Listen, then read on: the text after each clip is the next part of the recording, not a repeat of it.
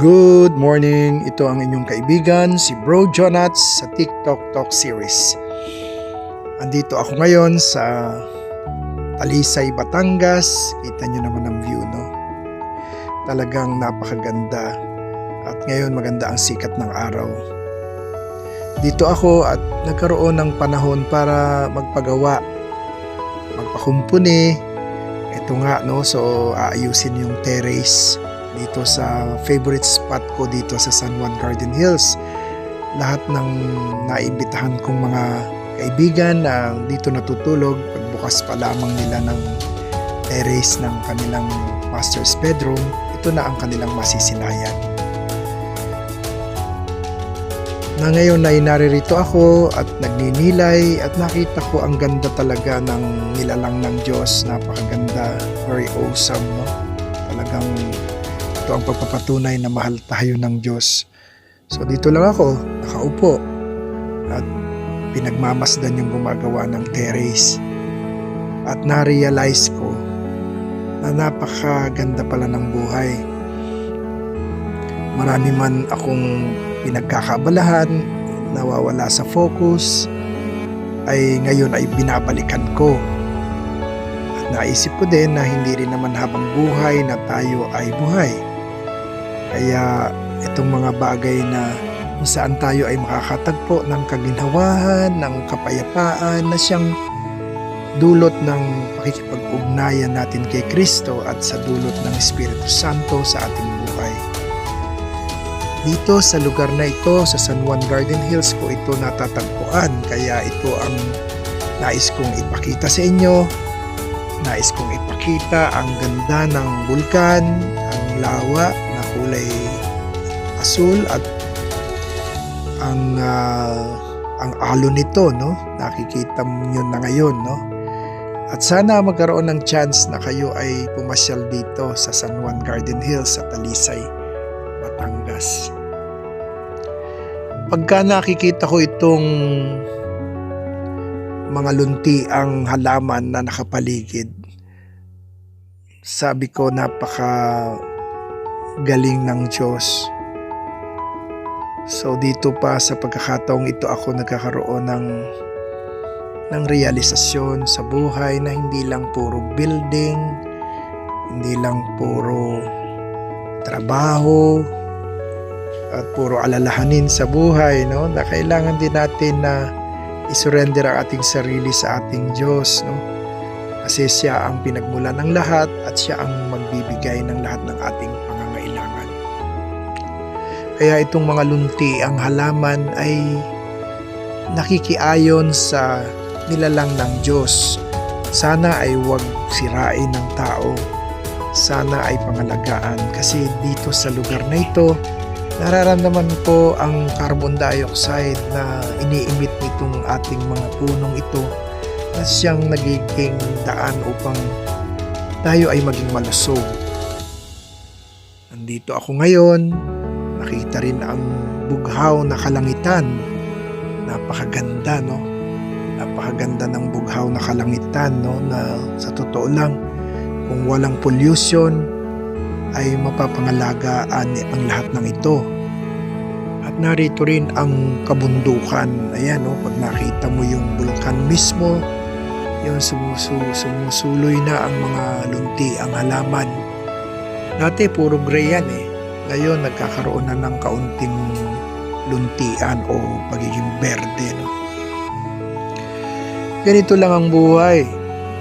Naisip ko pagdating ng araw, years from now, lalo akong nagkaedad na at lagi kong babalikan kung paano ako naging maligaya sa aking buhay, paano ako nakatulong sa mga taong nakapaligid sa akin, at paano kong nailahad ang lahat ng biyayang ipinagkaloob sa akin ng Diyos para maramdaman naman ng mga nakapaligid sa akin ang kanyang pagmamahal.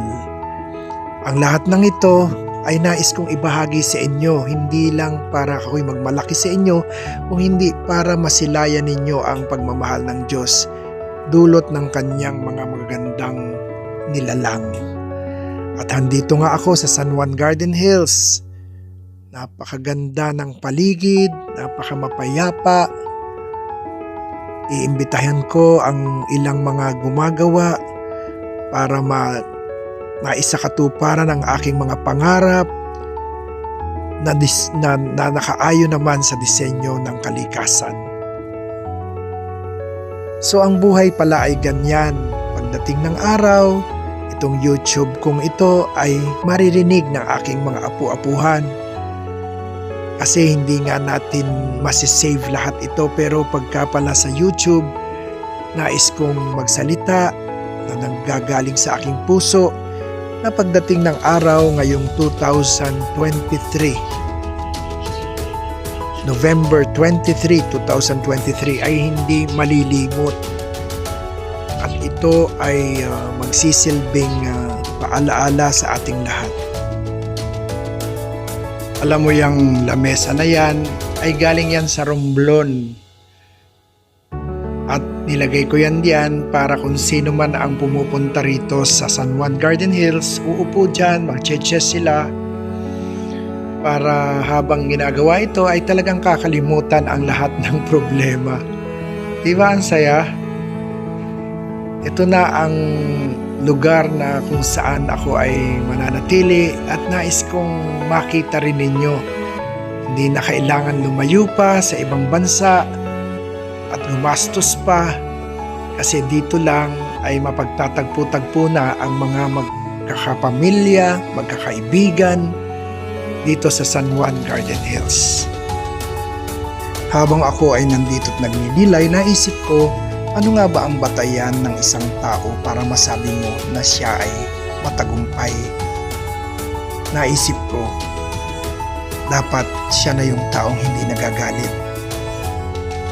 Minsan naririnig ko habang ang tao daw ay nagkakaedad ay lalong umiikli ang kanyang pasensya.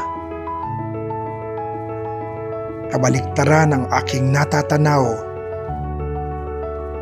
na ang isang taong nagkakaedad na, dahil siya ay nakaunawa na, dahil ang lahat ay napagdaanan na, dapat maramdaman na niya ang biyaya ng Espiritu Santo, ang kapayapaan.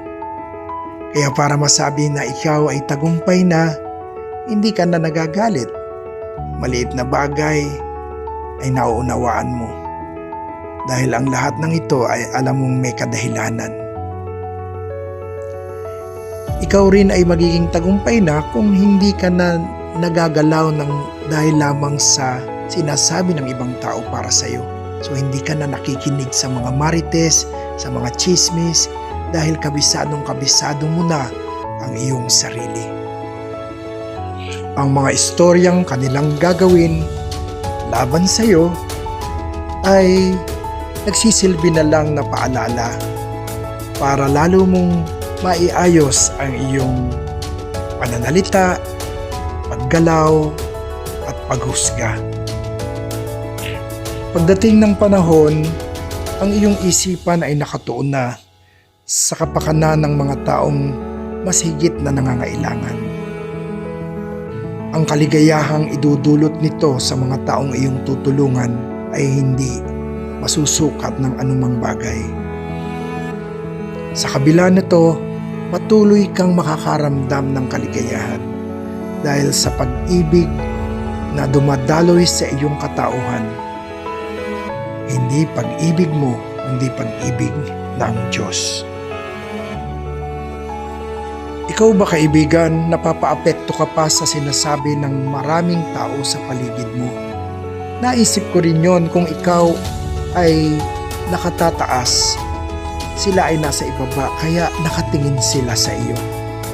Okay lang yon, napilitin nilang ibaba ka. Pero alam ng Diyos na kung sino yung naglalayon na ibaba ang ibang tao, ang siyang ibababa.